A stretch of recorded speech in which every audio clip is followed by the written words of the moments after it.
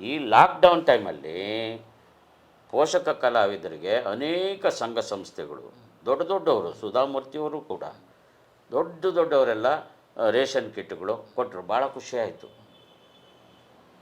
ಏನು ದಿವಸ ration kit ಕೊಡೋರೆ ಅಲ್ಲಿ.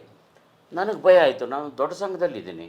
ಈಗ ಅಲ್ಲಿ ಕೇಳಿದ್ರೆ ಹೋಗಿ ನಿನ್ನ ಮೆಂಬರೇ ಆಗಿಲ್ಲ, ನಾಚಿಕಾಗಲ್ವ ನಿನಗೆ ಕೇಳೋಕ್ಕೆ ಅಂತಂದ್ಬಿಟ್ರೆ? ಸರಿ, ನಾನು ರಾಕ್ಲೈನ್ ಸರ್ಗೆ ಫೋನ್ ಮಾಡಿದೆ, ವೆಂಕಟೇಶ್ ಅವ್ರಿಗೆ. ಸರ್, ಹಿಂಗೆ ಪೋಷಕ ಕಲಾವಿದರಿಗೆ ರೇಷನ್ ಕಿಟ್ಗಳೆಲ್ಲ ಕೊಡ್ತಾಯಿದ್ದಾರೆ. ನಾನು ಅಣ್ಣವರಿದ್ದಾಗ ಸಂಘದಲ್ಲಿ ಮೆಂಬರ್ ಆಗಿದ್ದು, ಆಮೇಲೆ ಅಂಬರೀಷ್ ಅಣ್ಣವರಿದ್ದಾಗಲೂ ಹಂಗೆ ಕಂಟಿನ್ಯೂ ಇದ್ದೀನಿ. ಕಾರ್ಡು ನನ್ನ ಹತ್ರ ಇದೆ. ಸೊ ನನಗೆ ಭಯ ಆಗ್ತಾಯಿದೆ ಜೀವನ, ನಾನೇನು ಮಾಡಲಿ ಸರ್? ನೋಡಿ ಟೆನ್ನಿಸ್, ನಮ್ಮ ಸಂಘ ಬೇರೆ ಅಲ್ಲ, ಪೋಷಕ ಕಲಾವಿದರ ಸಂಘ ಬೇರೆ ಅಲ್ಲ. ನಾವೆಲ್ಲ ಒಂದೇ ಚಿತ್ರರಂಗದ ಒಂದೇ ಕುಟುಂಬದವರು ಅಂತೇಳಿ ಹೇಳಿದರು. ನನಗೆ ಭಾಳ ನೋಡಿ ಎಷ್ಟು ಖುಷಿ ಆಯಿತು. ಅವ್ರನ್ನೂ ಕರೆಸ್ಕೊಡೋಣ ಅಂತಂದರು. ನಾನು ಈ ಮಾತು ಹೇಳಿದ್ದಕ್ಕೆ ಪೋಷಕ ಕಲಾವಿದರನ್ನೂ ಕರೆದು ಅವ್ರಿಗೂ ರೇಷನ್ ಕಿಟ್ಗಳು, ಒಳ್ಳೆ ರೇಷನ್ ಕಿಟ್ಗಳೇ ಕೊಡಿಸಿದ್ರು. ಆಯಿತಾ? ಇವತ್ತು ಪ್ರತಿಯೊಬ್ಬರು ಚಿತ್ರರಂಗದ ಎಲ್ಲರೂ, ನಿರ್ಮಾಪಕರು ಕೂಡ, ಚಲನಚಿತ್ರ ವಾಣಿಜ್ಯ ಮಂಡಳಿಯವರು ಕೂಡ, ಪೋಷಕ ಕಲಾವಿದರು ಕೂಡ ಎಲ್ಲರೂ ಇದ್ದರು. ಇವತ್ತು ಎಲ್ಲರೂ ಸೇರಿದ್ದರು. ಅದು ರಾಜಣ್ಣವರಿದ್ದಾಗ ಆ ಥರ ಸೇರ್ತಾಯಿದ್ವಿ. ಮತ್ತು ಈಗ ನಾವು ಎಲ್ಲರೂ ಸೇರಿದ್ದೀವಿ. ಅದು ಅದೇ ಹೀಗೆ ಒಳ್ಳೆಯ ರೀತಿಯಲ್ಲಿ ಮೊದಲೇ ಥರನೇ ಚಿತ್ರರಂಗ ಆಗಬೇಕು ಅನ್ನೋದು. ಅಲ್ಲಿ ದೊಡ್ಡಣ್ಣ ಏನಾಗಿದ್ದಾರೆ ನಮಗೆ ಹೇಳಿಲ್ಲ. ಕಾರ್ಯದರ್ಶಿ. ನಿಮ್ಮ ಜೋಡಿ ಬಿದ್ದೋಗಿದ್ದೀವಿ ಹೇಳಿದ್ನಲ್ಲ ಸರ್. ಅವರು ಇಲ್ಲ, ನಾನು ಇಲ್ಲ, ಬೇರೆ ಬೇರೆ ಆಗ್ಬಿಟ್ಟಿದ್ದೀವಿ. ನಾವು ಜಗಳ ಆಡಿಲ್ಲ, ಚೆನ್ನಾಗಿದ್ದೀವಿ. ಇದು ಕುತಂತ್ರ, ಒಳಗಡೆನೆ ಕುತಂತ್ರ ಮಾಡಿ ಅವ್ರು ಬೇರೆಯವರು ಪಾತ್ರ ಮಾಡಿದವರು ನಿಮಗೆ ಗೊತ್ತೇ ಇದೆ. ಅವ್ರ ಹೆಸರು ಯಾಕೆ ಹೇಳೋದು? ಎಲ್ಲರಿಗೂ ಗೊತ್ತಿದೆ. ಎಲ್ಲರಿಗೂ ಗೊತ್ತಿದೆ ಸರ್. ಇದೆ ಸಾಧುಕ್ ಹೋಗಿಲ್ಲ. ಅವ್ರು ಹೀರೋ ಮಾಡೋವಾಗ ನಾನು ಬೇಕಾಗಿತ್ತು, ಅಥವಾ ಮತ್ತೊಬ್ಬರು ಕಲಾವಿದರು ಬೇಕಾಗಿತ್ತು. ಯಾವುದೋ ತಿಮ್ಮರಾಯ ಅನ್ನೋ ಆ ಪಿಕ್ಚರ್ಗೆ ಅದು ನಾನೇ ಮಾಡಬೇಕಾದಂಥ ನಿರ್ಮಾಪಕರ ಚಿತ್ರ. KP ನಂಜುಂಡಿ ನನಗೆ ಹೇಳಿದ್ದು ಫಸ್ಟು, ಸಮಯ ನಿಮ್ಮದೊಂದು ಹೀರೋ ಪಿಕ್ಚರ್ ಮಾಡೋಣ ಅಂತ. ಇಲ್ಲ, ಬೇರೆಯವರೆಲ್ಲ ಕೇಳಿದ್ದಾರೆ, ಏನು ಹೇಳ್ತಾನೆ ಇದ್ದಾರೆ, ಯಾರೂ ಮಾಡೇ ಇಲ್ಲ, ನಾನು ಮಾಡ್ತೀನಿ ಅಂತೇಳಿ KP ನಂಜುಂಡಿ. ಆಯಿತು, ಮಾಡೋಣ ಅಂತಂದೆ. ಆಮೇಲೆ ನೋಡಿದ್ರೆ ಸಾಧುಕ್ ಹೋಗಿಲ್ಲ ಅಲ್ಲಿ. ಆಯಿತು, ಸಂತೋಷ. ಅದಾದ ಮೇಲೆ ಬೇರೆ ಒಂದು ಚಿತ್ರ, ಅದು ಗೊತ್ತಿಲ್ಲ, ಯಾವುದದು ರಾಜ್ಕಿಶೋರ್ ಅವರ ಡೈರೆಕ್ಟ್ರು ಅನಿಸುತ್ತೆ. ಆ ಚಿತ್ರ ಇವ್ರದ್ದು. ಇನ್ನೊಂದು ಚಿತ್ರ ತಿಮ್ಮರಾಯ, ಅದಕ್ಕೆ ಜೋ ಸೈಮನ್ ಅವರು ಫೋನ್ ಮಾಡಿದ್ರು. ಕೃಷ್ಣ ಅವರೇ, ಈ ಥರ ಸಾಧು ಹೀರೋ, ಅದೊಂದು ಕಾಮಿಡಿ ಸಬ್ಜೆಕ್ಟ್ ಮಾಡ್ತಾಯಿದ್ವಿ, ತುಂಬ ಚೆನ್ನಾಗಿದೆ. ಅವ್ರ ಜೊತೆಯಲ್ಲಿ ನಿಮ್ಮ ಪಾತ್ರ ಕಾಂಬಿನೇಷನ್ ನೀವು ಮಾಡಿದ್ರೇ ಅದಕ್ಕೆ ಚೆನ್ನಾಗಿರುತ್ತೆ, ನೀವು ಮಾಡಬೇಕು. ಡೇಟ್ ಇಲ್ಲ ಸರ್, ಡೇಟ್ ಇರಲಿಲ್ಲ ಆ್ಯಕ್ಚುಲಿ. ಆಮೇಲೆ ನಾನು ಎಲ್ಲಿದ್ದೀನಿ ಡೈರೆಕ್ಟ್ರು ಹುಡ್ಕೊಂಬಂದ್ಬಿಟ್ಟಿದ್ದಾರೆ ಜೋಸ್ವಾಮಿ ಅನ್ನೋರು. ಸಾರ್, ಯಾಕೆ ಸಾರ್ ನೀವು, ಏನು ಸಾರ್ ಎಂಥ ದೊಡ್ಡ ನಿರ್ದೇಶಕರು ನೀವು, ಯಾಕೆ ಸಾರ್ ನಾನು ಇರೋ ಜಾಗಕ್ಕೆ ಬಂದಿರಿ, ಪ್ಲೀಸ್ ದಯಮಾಡಿ ಹಂಗೆ ಮಾಡಬೇಡಿ ಸರ್. ಆಯ್ತು ಸರ್, ನಾನು ಮಾಡ್ತೀನಿ ಬಿಡಿ ಸರ್, ಅಡ್ಜಸ್ಟ್ ಮಾಡ್ಕೊಂಡು ಮಾಡ್ತೀನಿ ಸರ್. ನೋಡಿ ಅಡ್ಜಸ್ಟ್ ಆಗುತ್ತಾ ನನ್ನ ಡೇಟು? ಕೃಷ್ಣ ಅವರೇ, ನೀವು ಕೊಟ್ಟರೆ ಖಂಡಿತ ನೀವು ಮಾಡಿ ಕೃಷ್ಣ ಅವರೇ, ದಯಮಾಡಿ ಈ ಥರ ನೀವು ದೊಡ್ಡ ನಿರ್ದೇಶಕರು ಬರಬೇಡಿ ಸರ್. ಈ ಥರ ಒಂದು ಫೋನ್ ಮಾಡಿದ್ರೂ ಸಾಕಲ್ಲ ಸರ್. ಎರಡನೇ ಫೋನ್ಗೆ ನಾನು ಓಕೆ ಅಂತ ಹೇಳ್ಬಿಡ್ತಿದ್ದೆ, ನಾನು ಡೇಟಿಂಗ್ ಹಿಂಗಿದೆ, ಅಡ್ಜಸ್ಟ್ ಆಗುತ್ತಾ ಅಂತ ಕೇಳ್ತಿದ್ದೆ. ಅವ್ರಿಗೋಸ್ಕರ ಒಪ್ಕೊಂಡು ಮಾಡಿದ್ನಲ್ಲ. ಅದಾದ ನಂತರ ಟೆನ್ನಿಸ್ ಕೃಷ್ಣ ಬೇಡವಾ?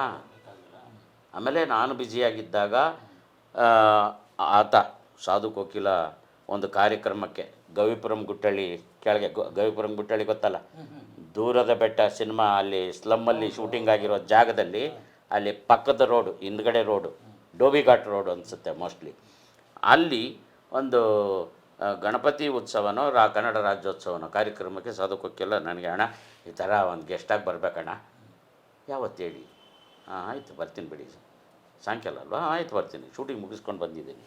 ನೆಕ್ಸ್ಟ್ ಇನ್ನು ಸ್ವಲ್ಪ ವರ್ಷ ಆದಮೇಲೆ ಆತ ದೊಡ್ಡ ಮಟ್ಟಕ್ಕೆ ಬೆಳೆದಿದ್ದ ವ್ಯಕ್ತಿ, ಆಗ ನಮ್ಮ ಚರ್ಚ್ ಅಣ್ಣ ಎಲ್ಲಿ ಚಾಮರಾಜಪೇಟೆ CCB ಸ್ಟೇಷನ್ ಎದುರುಗಡೆ ನಮ್ಮ ಚರ್ಚಿಗೆ ನೀವು ಗೆಸ್ಟಾಗಿ ಬರ್ಬೇಕಣ್ಣ, ಅದಕ್ಕೂ ಹೋಗಿ ಬಂದೆ. ಆಮೇಲೆ ನಾನು ಆತನ್ನ ಹುಡ್ಕೊಂಡದೆ. ಇಲ್ಲಿ ಮಾಲಾಶ್ರೀ ಪಿಕ್ಚರ್ ಶೂಟಿಂಗ್ ಆಗ್ತಾಯಿತ್ತು ಗವಿಪುರಂ ಗವಿ ಗಂಗಾಧರೇಶ್ವರ ದೇವಸ್ಥಾನದ ಹಿಂಭಾಗದಲ್ಲಿ, ಆ ಸರ್ಕಲಲ್ಲಿ ನಡೀತಾ ಇತ್ತು. ಅಲ್ಲಿಗೆ ಹುಡುಕೊಂಡೋದೆ ನಾನು. ಅಲ್ಲಿಗೆ ಹುಡ್ಕೊಂಡೋಗಿ ಈ ಥರ ಒಂದು ಫಂಕ್ಷನ್ಗೆ ಗೆಸ್ಟಾಗಿ ಬರಬೇಕು. ಆಯ್ತಣ್ಣ ಬಂದೇ ಇರೋಣ, ಶಾರ್ಟ್ ಮುಗಿಸ್ಕೊಂಬರ್ತೀನಿ. ನೆಕ್ಸ್ಟ್ ಶಾರ್ಟ್ ಆದಮೇಲೆ ಆಯ್ತಣ್ಣ ಹ್ಞೂನಣ್ಣ ನೆಕ್ಸ್ಟ್ ಡೇಯಿಂದ ಫೋನ್ ಮಾಡ್ತೀನಿ, ಫೋನೇ ತೆಗಿತಾ ಇಲ್ಲ. ಆಮೇಲೆ ದಾವಣಗೆರೆಗೆ ಪೋಷಕ ಕಲಾವಿದರ ಸಹಾಯಾರ್ಥ ರಂಗಭೂಮಿ ಹಾಗೂ ನಮ್ಮ ಸಿನಿಮಾ ರಂಗದ ಸಹಾಯಾರ್ಥ ಒಂದು ಕಾರ್ಯಕ್ರಮ ಅಂತೇಳಿ ಶಾಮನೂರು ಶಿವಶಂಕರಪ್ಪ ಅವರಿಗೆ ಒಂದು ಆಡಿಟೋರಿಯಂ ಬುಕ್ ಮಾಡಿ, ರಂಗಮಂದಿರ ಬುಕ್ ಮಾಡಿ ಒಂದು ಕಾರ್ಯಕ್ರಮ ಇಟ್ಕೊಂಡೆ. ಯಾರು ಬುಲೆಟ್ ಪ್ರಕಾಶ್ಗೆ ಹಾಕ್ಕೊಂಡೆ. ಅಣ್ಣ ಆಯ್ತಣ್ಣ, ಅಣ್ಣ ನಾನು 1.5 ಲಕ್ಷ ತಗೋತೀನಿ ಅಣ್ಣ, ನಿನ್ನ ಹತ್ರ ಏನಣ್ಣ? 1.25 ಲಕ್ಷ ಕೊಡ್ರಣ್ಣ. ಹ್ಞೂ 1.25 ಲಕ್ಷ ತಗೋತೀನಣ್ಣ, 1.25 ನಿನ್ನ ಹತ್ರ ಏನಣ್ಣ 1.25 ಕೊಡೋಣ ಅಂದ್ರೆ 1ಕ್ಕೆ ಬರಲಿ ಅಂತನೋ ಏನೋ. ಇಲ್ಲ 1 ಕೊಡ್ತೀನಿ ಅಂತ ಹೇಳಿ ಅಂತ. ಆಯಿತು ಹೇಳೋದು ಅದು ಹೇಳಿ ಪರವಾಗಿಲ್ಲ. ಡೇಟು ಕೊಟ್ಟಿದ್ದ ಮನುಷ್ಯ ನಾನು ಪೋಸ್ಟ್ರ್ ಡಿಸೈನೆಲ್ಲ ಮಾಡಿಸಿ ಇನ್ನೇನು ಅದು ಪೋಸ್ಟ್ರು ಹಾಕ್ಬಿಟ್ಟೆ ದಾವಣಗೆರೆಯಲ್ಲಿ ಸರ್ಕಲಲ್ಲಿ, ಬಸ್ ಸ್ಟ್ಯಾಂಡಲ್ಲಿ, ಅಲ್ಲಿ ಇಲ್ಲಿ ಶಾಮನೂರು ಶಿವಶಂಕರಪ್ಪ ರಂಗಮಂದಿರದ ಮುಂದೆ ಎಲ್ಲ ಕಡೆ ಪಬ್ಲಿಸಿಟಿ ಮಾಡಿದೆ. ಫೋನ್ ಮಾಡ್ತೀನಿ ಫೋನೇ ಇಲ್ಲ, ತೆಗಿಲಿಲ್ಲ. ಯಾರು? ಬುಲೆಟ್ ಪ್ರಕಾಶ್.